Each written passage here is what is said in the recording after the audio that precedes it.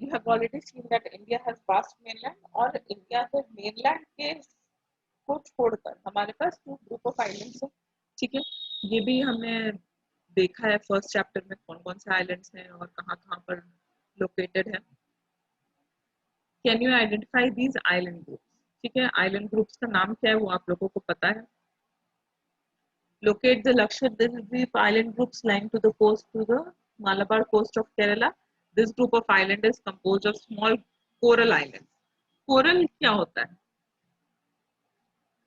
Ma'am एक तरह का ऑर्गेनिज्म होता है जो मरता है तो मतलब उसी के ऊपर एक तरह का स्टोन ही टाइप का लगता है मैम देखने में भी। हाँ, ठीक है। तो जनरली जो हम लोग देखते हैं ना टीवी पे, सी के अंदर बहुत कलरफुल कलरफुल प्लांट्स टाइप का दिखता है, एक जगह पर ही रहता है और गिरता रहता है, वही सब जनरली कोरल रीफ्स होता है, ठीक है। वो कोरल रीफ्स जब मरता है तो उससे जो कोरल स्टोन है वो भी फॉर्मेशन होता है और बहुत सारा उसके अंदर कैल्शियम का फॉर्मेशन। तो कोरल जो है वो सी के लाइफ के लिए, मतलब जो मरीन लाइफ है उसके लिए काफी फायदेमंद होता है। तो ये जो लक्षद्वीप आइलैंड्स है ये कोरल से बना हुआ है, ये coral island. earlier they were known as Laccadive, Minicoy and Amendive. In 1973 these were named as Lakshadweep. पहले अलग अलग आइलैंड्स का अलग अलग नाम था, 1973 में पूरे को मिला के लक्षद्वीप नाम रख दिया गया, ठीक है। छोटा सा आइलैंड है, 32 स्क्वायर किलोमीटर का है। करावती आइलैंड इसका एडमिनिस्ट्रेटिव हेडक्वार्टर्स है। This island group has great diversity of flora and fauna, ठीक है। बहुत तरह के यहाँ पे प्लांट्स और एनिमल्स हैं। The Pitti island which is uninhabited has a bird sanctuary. एक छोटा सा आइलैंड है जहाँ पे कोई नहीं रहता, वहां पर एक बर्ड सैंक्चुरी है, बर्ड सैंक्चुरी बनाया गया है। कोरल क्या होता है वो दिया हुआ है यहाँ पे। Coral polyps are short lived microscopic organisms which live in colonies. They flourish in shallow, mud-free and warm waters, which they secrete calcium carbonate. The coral secretion and the skeletons from coral deposits in the form of reefs. They are mainly of three kinds: barrier reefs, fringing reefs, and atolls. The Great Barrier Reef of Australia is a good example of coral reef. Atolls are circular horseshoe-shaped coral reefs. ठीक है, तीन तरह का formation बनाते हैं coral reefs: barrier reef, fringing reefs और atolls.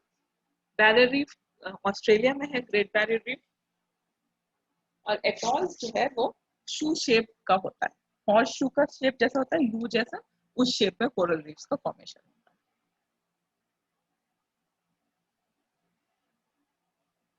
Now you see the elongated chain of islands located in the Bay of Bengal extending from north to south. These are Andaman and Nicobar Islands. They are bigger in size and are more numerous and scattered. ठीक है, ये लक्षद्वीप से बड़े हैं और अलग अलग मतलब स्कैटर्ड मतलब एकदम एक जगह पर नहीं है, थोड़े बिखरे हुए हैं। The entire group of islands is divided into two broad categories: the Andaman in the north and Nicobar in the south. North की तरफ जो है उनका नाम अंडमान है, जो साउथ की तरफ है उनका निकोबार है। It is believed that these islands are an elevated portion of submarine mountains. Submarine mountains क्या होता है? सी में भी, सी के अंदर, पानी के नीचे, जैसा हम लोग अर्थ के ऊपर फॉर्मेशन देखते हैं, माउंटेन्स का, प्लेटोस का, प्लेन्स का, फिर माउंटेन्स की चोटियां होती हैं, पर्वत शिखर होते हैं, वैसे सारा फॉर्मेशन सी के अंदर भी होता है, ठीक है। तो ये जो अंडमान निकोबार है ये क्या है? सी के अंदर जो माउंटेन है उसका ये टॉप मोस्ट पार्ट, ठीक है, जो पानी से बाहर आ गया है वो टॉप मोस्ट पार्ट जो हम लोगों को दिखता है वो आइलैंड है। तो लक्षद्वीप और अंडमान निकोबार में क्या सबसे बड़ा डिफरेंस है कि लक्षद्वीप जो है वो कोरल से बना हुआ है और अंडमान निकोबार जो है वो सबमर्ज्ड माउंटेन, सी के अंदर का माउंटेन है जिसका ऊपर के पार्ट को एरिया को हम लोग आइलैंड कहते हैं। These island groups are of great strategic importance for the country. There is great diversity of flora and fauna in this group of islands too. These islands lie close to equator and experience equatorial climate and has thick forest cover. ठीक है, यहाँ पर equatorial climate है, हम लोगों की तरह का ट्रॉपिकल क्लाइमेट नहीं है। यहाँ पर मेन लैंड इंडिया में जो ट्रॉपिकल क्लाइमेट है वो यहाँ अंडमान निकोबार में इक्वेटोरियल क्लाइमेट है, क्योंकि इक्वेटर से और ज्यादा है, और यहाँ पे जो फॉरेस्ट है वो काफी थिक है। India's only active volcano is found on barren island in Andaman and Nicobar group of islands. ठीक है, जो volcanoes होता है वो 3 कैटेगरीज में डिवाइडेड होता है, एक्टिव volcano, dormant volcano और extinct volcano. एक्टिव volcano जो मतलब कभी भी फट सकता है, कभी भी उसमें से लावा और एसिड निकल सकता है. डोर्मेंट volcano जो कभी रिसेंट किसी टाइम पर फटा नहीं है, बट कहा नहीं जा सकता किसी भी टाइम पर उसमें ज्वालामुखी विस्फोट हो सकता है. और जो एक्सटिंक्ट volcano है वो बहुत मिलियंस ऑफ ईयर्स पहले एक्टिव था और अब वो कम्प्लीटली खत्म हो चुका है. अब वहां से कोई वोल्केनिक इरप्शन नहीं होता है. तो जो इंडिया का जो सर्दर्न पार्ट है, जो सेकंड प्लेटो हमने देखा, वो क्या है, वो एक्सटिंक्ट volcano. वो मिलियंस ऑफ ईयर्स पहले जब गोंडवाना लैंड था तब वो एक्टिव वोल्केनो था, तब से वो बंद है, वहां पर रॉक फॉर्मेशन हो गया है. और जो इग्नियस रॉक्स हैं वो सबसे स्टेबल रॉक फॉर्मेशन है पूरे earth. Detailed account of the different physiographic, तो इंडिया में जो एक्टिव वोल्केनो है वो कहाँ है, Barren island, Andaman Nicobar island groups पे. A detailed account of the different physiographic units highlights the unique features of each region. ठीक है, हमने देखा इंडिया के हर स्टेट में अलग अलग तरह के, कहीं कहीं पर मिक्स भी है, कहीं पर डेजर्ट भी है, पहाड़ भी है, मतलब प्लेटो का भी एरिया, कहीं प्लेटो है उसके साथ में कोस्टल प्लेन है, कहीं पर प्लेटो है साथ में प्लेन्स है, रिवर प्लेन्स है. इस तरह से जो पूरा इंडिया का जो एरिया है उसमें डिफरेंट डिफरेंट फिजियोग्राफिक अलग अलग features. It would, however, be clear that each region complements the other and makes the country richer in its natural resources.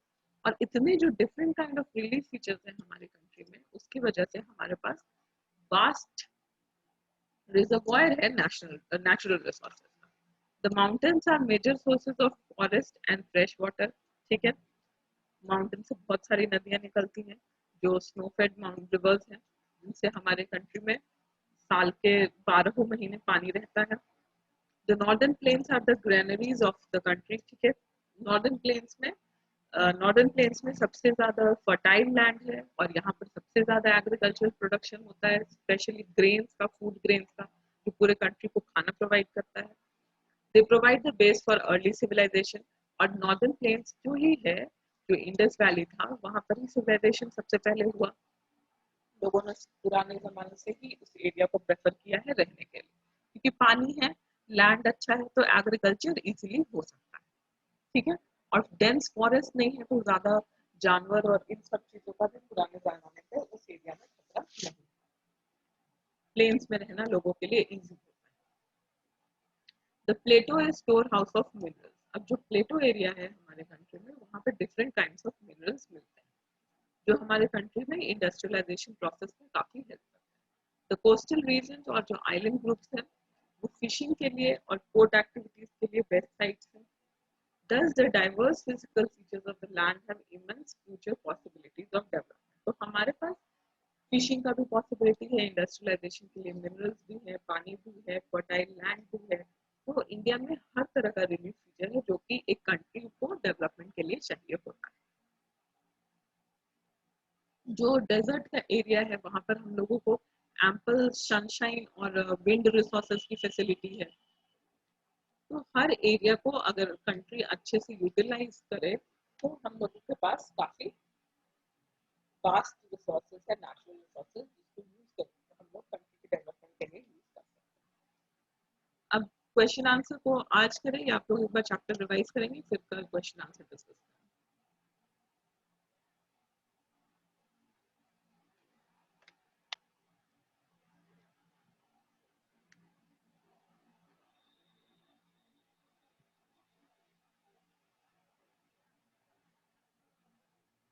क्या करना है?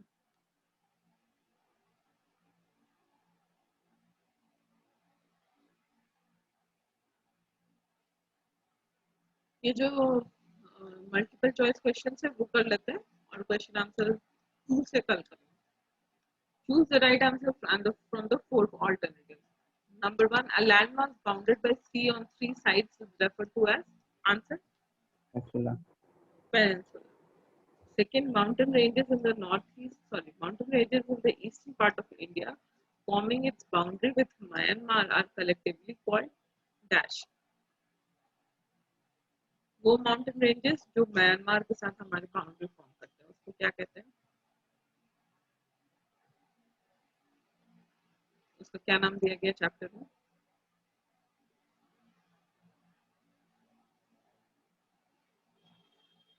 इसका आंसर है C, Purvanchal. Okay, answer mark कर लीजिए आपका। जो वेस्टर्न कोस्टल स्ट्रिप है south of Goa is referred to as, Goa के बाद जो कोस्टल प्लेन है उसको क्या कहते हैं, उसका क्या नाम दिया गया है? कौन कौन? नहीं, बी। कोंकण मुंबई गोवा वाला एरिया है। सी, कन्नड़। जो ये क्या बोल रहा है, गोवा के बाद जो है, जो गोवा तक है वो कोंकण है, जो गोवा के बाद है वो कन्नड़ है, तो कर्नाटका में चला जाता है वो कन्नड़। फोर्थ है the highest peak in the eastern Ghats है, ईस्टर्न घाट में बी। सबसे नहीं, सी मैम, सी होगा। सी, महेंद्रगिरी। डी तो यस मैम, महेंद्र। है ना, यस मैम। अन्नायमुदी वेस्टर्न घाट्स में, कंचनजंगा हिमालय में। ओके, तो आप लोग एक बार चैप्टर को रीडिंग कर लीजिए, कहीं पर अगर कुछ प्रॉब्लम होता है तो फिर हम लोग कल डिस्कस करेंगे। ओके, और आई मैम थिंक, एक क्वेश्चन ना लें? हाँ एक मिनट, आप लोगों को मैथ वर्क तो नहीं आ रहा है इस चैप्टर से अभी के एग्जाम में?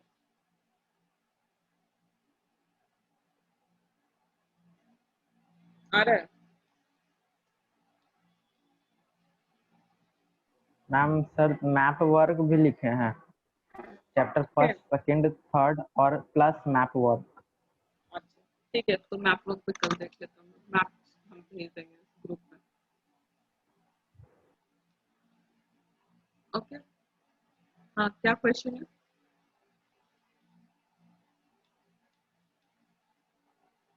मोहित, नो क्वेश्चन मैम। तो अभी आप कुछ पूछ रहे थे ना? नो मैम, बता रहे थे कि मैप वर्क भी आएगा। ठीक है, तो हम लोग कर लेंगे मैप। आप लोग घर पे मैप मैम लिख के कल रखिए। से मैम कल से मोबाइल से पढ़ाइएगा। क्यों? मैम साउंड क्लियर नहीं आता है मैम। फिर क्लास रिकॉर्डिंग नहीं हो पाएगा।